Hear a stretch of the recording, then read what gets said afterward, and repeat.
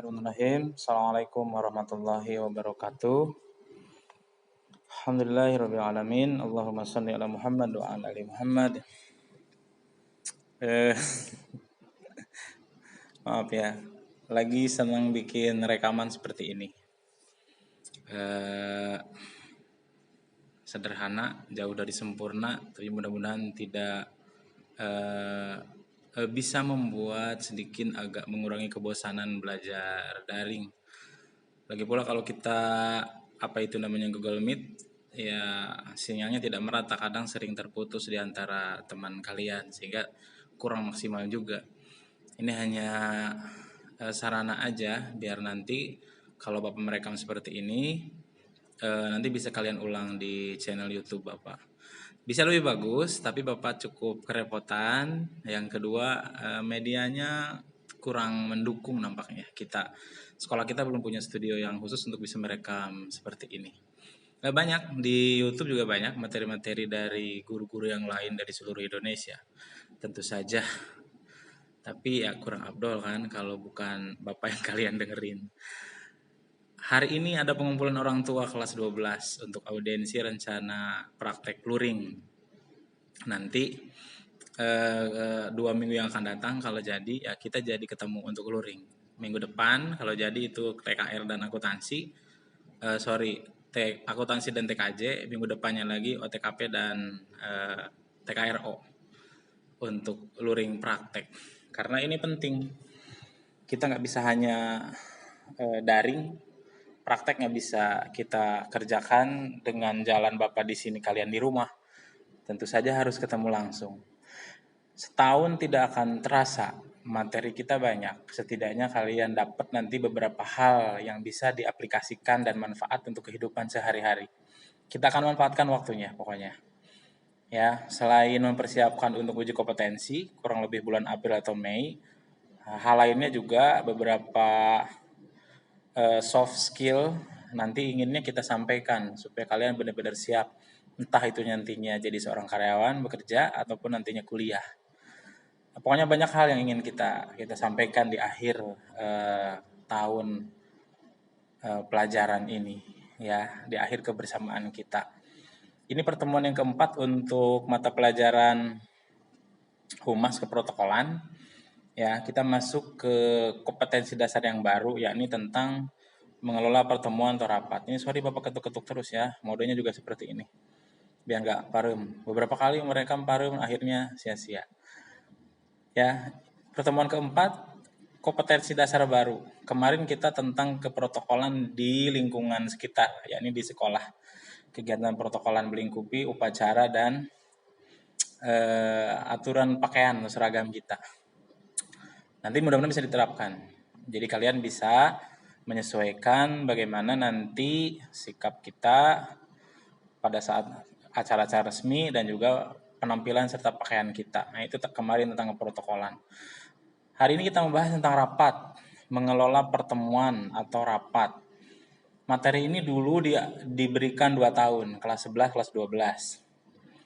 Hari ini, tahun ini diberikan kita cuma kelas 12 aja, karena dibagi 2, humasnya ketika kelas 11, ketika kelas 12. Dan prasyarat untuk ikut kegiatan pembelajaran rapat adalah tentang dasar komunikasi. Sebelum 2018, dasar komunikasi itu satu mata pelajaran dipelajari di kelas 10. Nama mata pelajarannya Daskom, dasar komunikasi. 1 tahun kita belajar, mulai dari visual, audio visual, kemudian bahasa-bahasa isyarat, lain sebagainya. Pokoknya hal yang berhubungan dengan komunikasi termasuk alat dan media komunikasi. Kalau sejak 2018 revisi dasar komunikasi kita belajar sedikit di kelas 10. Masuk di pelajaran korespondensi sebagai syarat surat menyurat. Komunikasinya kita masuk di situ sedikit. Ya, tapi singkatnya Bapak yakin modalnya sudah ada dalam diri kalian. Seperti yang sering Bapak bilang bahwa kalian cukup banyak bicara, kalian cukup pintar dalam mengemukakan pendapat kritis itu. Tinggal yang sering menjadi masalah dalam pembelajaran ini adalah modal-modal tersebut itu nanti ketika dibawa ke arah formal dan dipastikan atau dibuat satu tema, itu agak belibet nantinya. Kalian seolah-olah menjadi pendiam. Akhirnya dengan kata lain apa ya? Jalan pikiran kita ini pikiran kita kan nggak jalan gitu. Ya karena kurang literasi sih intinya tentang materi itu. Contoh misalkan kita mau rapat, temanya tentang usaha perusahaan untuk meningkatkan pendapatan. Nah, itu kan tema. Nah, kita diajak berpikir untuk membahas masalah itu. Akhirnya kita buntu. Karena boleh jadi itu adalah pembicaraan yang tidak disukai, ya, atau boleh jadi ya memang kita malas untuk membaca literasi atau bahan tentang apa itu peningkatan pendapatan, misalkan. Masalahnya ada di situ. Hal yang lainnya kalian sudah banyak modalnya. Ya, karena berbicara tentang rapat adalah berbicara tentang mengemukakan ide, pendapat, dan gagasan. Berarti secara lisan, secara langsung. Nah, beberapa pertemuan ke depan di kompetensi dasar ini, kita mesti belajar itu. Tujuannya adalah kita mampu menyampaikan ide, pendapat, gagasan secara langsung. Ya, dengan bahasa yang baik, ya, bahasa yang kemudian itu disebut sebagai bahasa formal. Kemudian tujuan yang berikutnya kita diharapkan bisa menerima hasil keputusan rapat. Jadi walaupun kita berbeda pendapat, kalau rapat sudah diputuskan hasilnya, maka kita yang diantaranya tidak sepakat mesti mau melaksanakan hasil rapat. Nah itu adalah rapat. Rapat seperti itu, musyawarah itu seperti itu. Ya, walaupun kita tidak sependapat karena sudah diputuskan dan kita ikut di dalamnya, maka kita mesti melaksanakan hasil keputusan rapat. Kemudian tujuan yang berikutnya, dengan belajar rapat kita bisa menjadi seorang yang tenggang rasa, saling menghormati, saling menghargai pendapat orang lain. Kita mau menyimak karena kita juga ketika berbicara mau didengarkan dan disimak oleh orang lain. Tidak egois akhirnya. Dan nanti kita pun akan belajar beberapa karakteristik dari peserta rapat dan tipe-tipe pimpinan rapat yang baik itu seperti apa. Gitu. Rapat sama saja dengan kita belajar, di mana Bapak menyampaikan materi atau guru yang lain menyampaikan materi dan kalian mendengarkan. Dan sesekali kalian diberikan kesempatan untuk berbicara, untuk mengemukakan pendapat, diantaranya bertanya dan lain sebagainya. Itu sama seperti rapat, ya. Oke, kita mulai. Bapak punya presentasinya. Loh, di mana presentasinya? Sebentar, kita cari dulu. Tadi ada di sini. Sudah Bapak download. Nah ini. Mohon bersabar. Ini Bapak merekam pada saat mau pulang ya. Sudah agak sepi. Nah, jadi beberapa guru termasuk Bapak wajib pulang sore 3:30. Sekarang 2:30. Nah, bisa untuk tinggal nanti Bapak upload di YouTube. Besok pada saat pembelajaran kita lihat. Oke. Nah, ini materinya. Ya, mengelola pertemuan atau rapat, ya. Nah, jadi ini indikator-indikatornya. Oke, nah kepengertian rapat itu adalah pertemuan atau kumpulan untuk membicarakan sesuatu sidang majelis. Ini menurut Kamus Bahasa Indonesia. Ya, menurut Bapak Samsil Rambe di Etika Komunikasi, rapat itu adalah kumpulan beberapa orang atau organisasi yang akan membicarakan suatu masalah atau kepentingan bersama untuk memberikan penjelasan, memecahkan suatu persoalan, dan sekaligus mengadakan perundingan demi memperoleh suatu hasil yang disepakati atau disetujui bersama. Bisa orang dengan orang, bisa orang dengan organisasi, bisa organisasi dengan organisasi. Nah, itu rapat. Mereka ketemu, membicarakan sesuatu, atau menjelaskan sesuatu, atau memberikan informasi sesuatu, atau mengadakan perundingan di situ untuk disetujui dan disepakati bersama. Nah, itu rapat. Kalau menurut Cut Rozana dalam surat menyurat dan komunikasi, rapat itu adalah pertemuan antara para anggota di lingkungan organisasi sendiri untuk merundingkan suatu atau menyelesaikan suatu masalah menyangkut kepentingan bersama. Nah, ini lebih spesifik di organisasi sendiri. Ya, itu. Nah, kesimpulannya, jadi rapat itu adalah pertemuan yang dilakukan orang yang membicarakan suatu masalah atau kepentingan untuk memberikan penjelasan atau memecahkan suatu persoalan, mengadakan perundingan dan demi memperoleh kesepakatan bersama. Makanya di situ ada orang ya, ada masalah yang dibahas. Nah, itu rapat, ya. Jadi dua orang atau lebih, kalau sendiri namanya bukan rapat. Ya, jadi dua orang atau lebih ada kepentingan di situ, ya, baru itu dimusyawarahkan menghasilkan suatu keputusan. Nah, itulah rapat. Apa tujuan daripada rapat? Selama ini kan sering kita mendengar rapat, orang tua rapat, guru rapat, ya, orang tua dan guru rapat. Yang pertama, memecahkan suatu masalah. Jadi kalau ada permasalahan, sebagaimana landasan demokrasi kita itu gotong royong dan musyawarah, Indonesia itu kental dengan budaya musyawarah. Maka jika ada suatu masalah, pemecahannya adalah ketemuan. Kita pecahkan bersama. Ya, yang kedua, untuk menyampaikan informasi. Rapat bukan hanya berarti ada masalah. Ketika rapat itu bisa jadi juga dia adalah media untuk menyampaikan informasi, perintah, ataupun pernyataan. Jadi kalau guru ngundang kalian, bukan hanya ada masalah yang dibicarakan, ya, tapi bisa jadi juga ada informasi yang mesti disampaikan.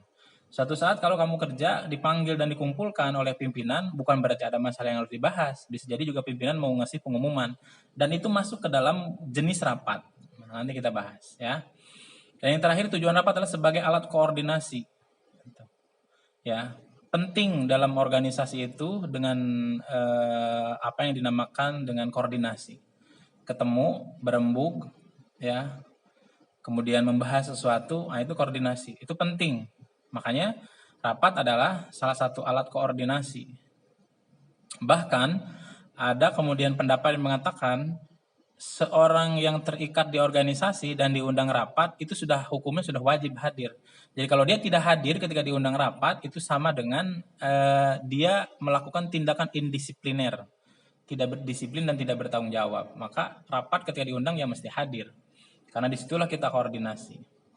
Ini jenis-jenis rapat. Ada rapat berdasarkan tujuan, ada rapat berdasarkan sifat, ada rapat berdasarkan jangka waktu, ada rapat berdasarkan frekuensi, ada rapat berdasarkan nama. Oke, satu-satu. Berdasarkan tujuan, ada rapat penjelasan, ada rapat pemecahan masalah, ada rapat perundingan.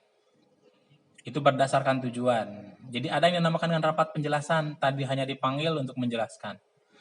Ada juga rapat untuk pemecahan masalah. Nah, ini baru ada masalah dibahas. Contoh mau tamasya ke Jogja. Nah, diadakan rapat karena ada masalah yang harus dipecahkan. Transportasinya gimana, hotelnya di mana, berapa hari. Nah, itu kan pemecahan masalah. Kemudian perundingan. Ya, orang tuamu dipanggil. Nah, itu perundingan. Mau kapan misalkan lunasi bayaran. Nah, itu perundingan misalkan ya. Atau dua organisasi ketemu untuk kesepakatan. Nah, itu perundingan. Rapat berdasarkan sifat. Ada rapat formal, ada informal. Formal itu berarti resmi ya, resmi, diundang, ada undangannya, tempat duduknya disetting sedemikian rupa, ada materinya dan sebagainya. Kalau informal mungkin semacam ketemuan di kafe, ketemu, membahas santai, tapi ada obrolan, tapi di situ juga ada kepentingan. Nah, itu informal. Rapat terbuka maksudnya ini semua orang boleh hadir. Rapat terbuka, semua orang boleh hadir, semua orang boleh tahu hasil keputusan rapatnya. Kalau rapat tertutup, itu adalah rapat yang hanya boleh diikuti oleh orang-orang yang hanya diundang saja. Yang boleh hadir hanya yang diundang. Dan hasilnya dari rapat tertutup ini, hasil rapatnya tidak boleh diketahui oleh sembarang orang. Ya, hanya mereka yang hadir yang boleh tahu. Nah, itu. Rapat berdasarkan jangka waktu, ada mingguan, seminggu sekali, ada bulanan, sebulan sekali, ada semesteran, 6 bulan sekali, ada rapat tahunan, setahun sekali. Itu menurut jangka waktu. Ya. Ada frekuensinya, ada rutin, ada insidental. Kalau rutin, ini rapat rutin berarti mirip rapat berdasarkan jangka waktu. Sudah ditentukan waktunya. Dan diulang. Gitu. Kalau setiap tanggal 10, ya tanggal 10. Ada rapat insidental. Kalau rapat insidental berarti rapat yang dilaksanakan ketika terjadi suatu masalah atau ada hal penting yang ingin dibicarakan. Itu insidental. Tapi disepakati di organisasi. Walaupun itu rapat sifatnya insidental, frekuensinya, ya tetap mereka harus hadir misalkan. Gitu. Jadi tidak menjadi alasan karena ini mendadak kemudian tidak hadir. Berdasarkan namanya, ada rapat kerja, ada rapat dinas, ada musyawarah kerja, macam-macam ini. Ada rakor, ada raker, nah gitu kan. Ya, itu berdasarkan namanya. Ada musyawarah, ada musda, munas, nah itu namanya. Seminar, itu juga rapat berdasarkan namanya. Audiensi sama aja ya berdasarkan nama. Syarat-syarat rapat, ada persiapan rapat, ada pelaksanaan rapat. Oke, persiapan rapat. 1. Tentukan tujuan rapat dan acara rapat. Makanya ada yang disebut dengan agenda. Gitu. Agenda itu adalah suatu hal yang dibahas dalam rapat. Boleh nyebutnya agenda, boleh nyebutnya tema. Misalkan tadi yang paling sederhana adalah wisata akhir tahun. Perpisahan kita mau kemana? Nah itu adalah agenda rapatnya, tujuan rapatnya. Dari agenda dari wisata kemana nanti kan memunculkan beberapa hal-hal yang harus dibahas. Kayak tadi kan tempatnya kemana, waktunya kapan, biayanya berapa, nginepnya di mana. Nah, itu kan. Kemudian itu tujuan rapat. Ada acara rapat, ada hal lain nggak dalam rapat? Oh ada sambutan, ada informasi. Makanya biasanya kalau rapat guru di situ ada yayasan yang hadir, maka yayasan sambutan. Tujuannya biasanya memberikan arahan umum atau memberikan motivasi, nah gitu. Oh Pak Camat hadir ikut ngasih sambutan, nah gitu. Ya, tentukan tujuan dan acara. Yang kedua tentukan waktu, hari, tanggal, tahun. Jam berapa, hari apa, tanggal berapa. Gitu. Kemudian yang ketiga penentuan tempat, tempatnya di mana? Meeting room, di hotel, boleh. Rapat di luar boleh, ya di dalam organisasi, di luar organisasi, di dalam gedung, di luar gedung, di lapangan. Yang penting jelas tempatnya di mana. Sesuaikan dengan tujuan dan acara rapat. Jangan sampai kemudian nanti formal tapi di lapangan, nah itu kan nggak cocok. Kita belajar kan di sarana prasarana itu, ya. Kayak akomodasi itu ya bisa penginapan. Kalau misalkan acaranya adalah seminar, workshop, tidak cukup 1 hari, nah berarti kan harus disiapkan akomodasinya, tempat menginapnya, jika perlu ini ya. Kemudian konsumsinya seperti apa? Kan ini nanti kena perda, peraturan daerah, pertemuan, pekerjaan yang melewati batas waktu makan, maka nanti harus ada makanan. Termasuk makanan ringan ataupun makanan berat, snack ataupun makan nasi gitu. Ini perlu disiapkan, direncanakan, ditugaskan siapa nanti yang menyiapkannya. Karena apa sih kalau bahasa mahasiswa itu main logika tanpa logistik katanya. Nggak bisa katanya, maksudnya main otak logika gitu tanpa logistik tuh makanan diantaranya nggak akan bener katanya kan gitu. Mesti aja biar nggak ngantuk ya, ada snack, ada coffee break, nanti ada minuman lain sebagainya secukupnya dan seperlunya. Kemudian yang terakhir yang harus disiapkan adalah media, peralatan. Ada LCD, ada alat tulis, ada bahan rapat di fotokopi kan gitu. Ada papan tulis, whiteboard, ada ballpointnya, atau ada apa itu yang namanya ya? Ada flip chart. Flip chart itu yang kertas gede-gede dijepit pakai whiteboard gini kan, ada kakinya 3, itu flip chart. Ya, itu kan disiapkan ya, ada sound system disiapkan. Kalau butuh dokumentasi ada kamera, itu juga dipersiapkan ya. Nah, itu syarat persiapan rapatnya. Biasanya ini kalau lebih mudah disingkat jadi 5W 1H. 5W 1H. What, apa yang dibahas, why, mengapa harus diadakan rapat, kemudian when, kapan, where, di mana, jadi naonnya, who, nah siapa yang diundang, nah gitu kan, tambah 1H, how, bagaimana nanti pelaksanaannya. Nah itu persiapan, jadi 5W 1H, ingatnya itu. Karena penting kalau tidak disiapkan maka rapatnya nanti asal-asalan, tidak berjalan lancar, ya sama dengan nanti kita akan kesulitan mendapatkan hasil daripada tujuan rapat. Maka persiapkan dengan baik.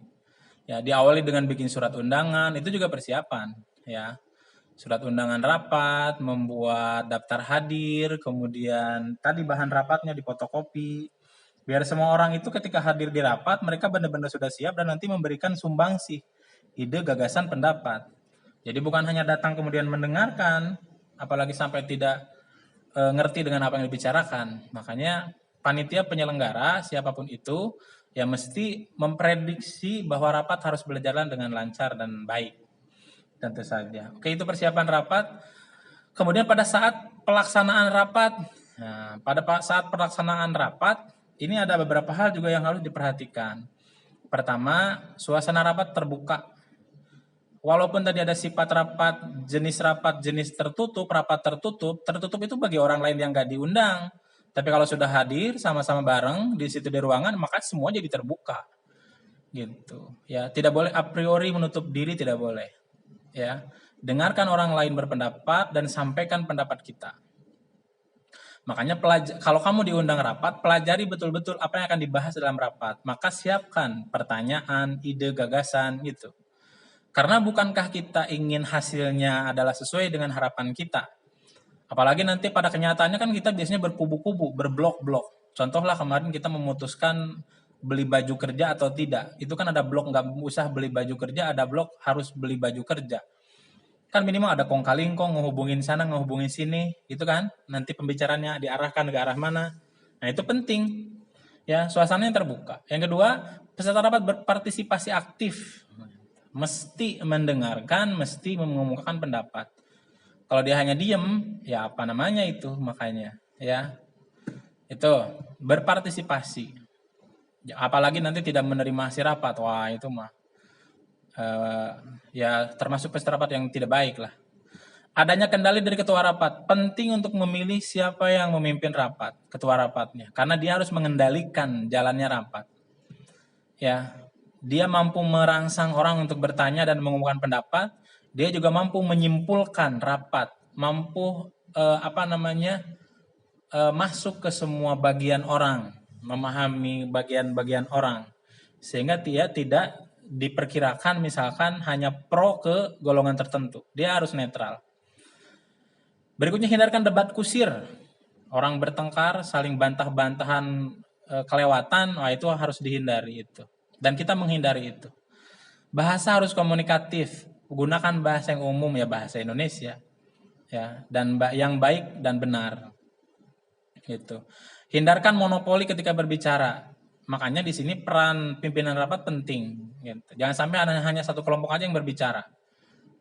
Semua harus kebagian berbicara, meskipun tidak boleh hanya satu golongan atau satu kelompok tertentu saja yang berbicara. Adanya keputusan dan kesimpulan rapat disimpulkan nanti oleh pimpinan rapat, merupakan rangkuman dari semua pendapat dan disampaikan. Tetap aja kesimpulan itu harus disampaikan. Kalau disepakati ya berarti itu kesimpulannya, kalau tidak ya bahas terus sampai sepakat semua, atau kemudian kalau tidak mencapai sepakat dalam waktu yang sudah ditentukan, maka jalan terakhir adalah dengan cara voting, pengambilan suara. Jadi pengambilan suara itu sebenarnya cara mengambil keputusan yang buruk, tidak baik gitu. Harusnya musyawarah, tapi karena buntu akhirnya voting. Gitu. Ya kayak di Indonesia sekarang kan jadinya voting. Kalau milih presiden voting itu sebenarnya kurang bagus. Yang bagus mah adalah dulu dengan musyawarah. Yang milih adalah MPR, DPR. Tapi karena DPR, MPR-nya juga sudah tidak dipercaya oleh rakyat, maka entah tahun berapa diputuskan untuk pemilihan langsung. Gitu. Kalau dulu kan presiden dipilih MPR, DPR. Ya, tapi karena mungkin sudah tidak dipercaya oleh sebagian banyak masyarakat, akhirnya milih langsung. Milih langsung juga kan akhirnya kalau misalkan bisa dimanipulasi ya gitu-gitu aja. Pembelajaran maksudnya itu mah ya. Adanya notulen. Notulen itu adalah apa itu? Buku notulen, buku hasil rapat, kesimpulan rapat, catatan rapat. Nah, itu notulen. Nanti kita juga belajar bagaimana menulis notulen dari mulai sistematika dan bahasanya. Ada acara rapat, susunan acara disusun sedemikian rupa, nanti ada seorang MC. Jadi ada MC, ada moderator. Ya, nanti kalau memimpin rapat ya diserahkan kepada pimpinan rapat. Nanti juga kita belajar untuk menjadi moderator rapat atau MC rapat. Media, tadi sudah disebutkan, siapkan medianya, mulai dari mikrofon ya, sound system, alat visual, LCD, whiteboard, flip chart, alat tulis, bahan rapat, ya. Kemudian siapkan waktunya kalau bisa dibuat seefektif mungkin. Nah, kecuali tadi, kalaupun ada bentuknya workshop, nanti dipisahkan antara pembahasan masalah, pembahasan kepentingan dengan acara main-mainnya. Biasanya kan para pegawai ini senang kalau workshop. Workshop itu identik dengan liburan. Padahal di situ ada hal yang harus dibahas gitu, diselesaikan. Nanti pisahkan acaranya supaya nanti liburannya dapat, misalkan ya yang menjadi permasalahan perusahaan juga bisa diselesaikan. Nah, kita sampai sini dulu ya. Jadi kita sampai sini dulu. Tadi ada persiapan rapat, ada pelaksanaan rapat. Barangkali nanti disambung dengan kita mulai praktek apa ya, semacam coba-coba praktek nanti Bapak undang untuk Google Meet. Bapak rekam di sini dengan HP Bapak atau nanti dengan laptop ya, beberapa orang gabung jadi kelompok. Nanti kita bentuk kelompok, kemudian nanti kita praktek rapat ya. Nanti juga mungkin kalian bisa Bapak arahkan untuk menonton video, contoh video rapat ya. Baik, mudah-mudahan ada manfaatnya dan ya itu dia. Kalau misalkan tidak mengerti, ya apa namanya, boleh untuk nanti diputar ulang videonya atau mencari video materi yang lain banyak di YouTube ya tentang rapat ini. Tapi sederhananya intinya ya kita harus memiliki kemampuan dan kompetensi yang satu ini tentang rapat. Ya, diantaranya ya kemampuan komunikasi mesti ditingkatkan. Bagaimana kita bisa berbicara informal, bersahabat dengan orang lain, tapi suatu waktu bagaimana kita bisa menjadi seorang yang bisa bicara formal, berwawasan dan apa namanya ya, sungguh-sungguh lah kelihatan bahwa kita menguasai suatu pembicaraan. Belajarnya di sini pada saat materi rapat. Jadi kita serius membicarakan sesuatu, nanti teman-teman kita mendengarkan gitu. Ya.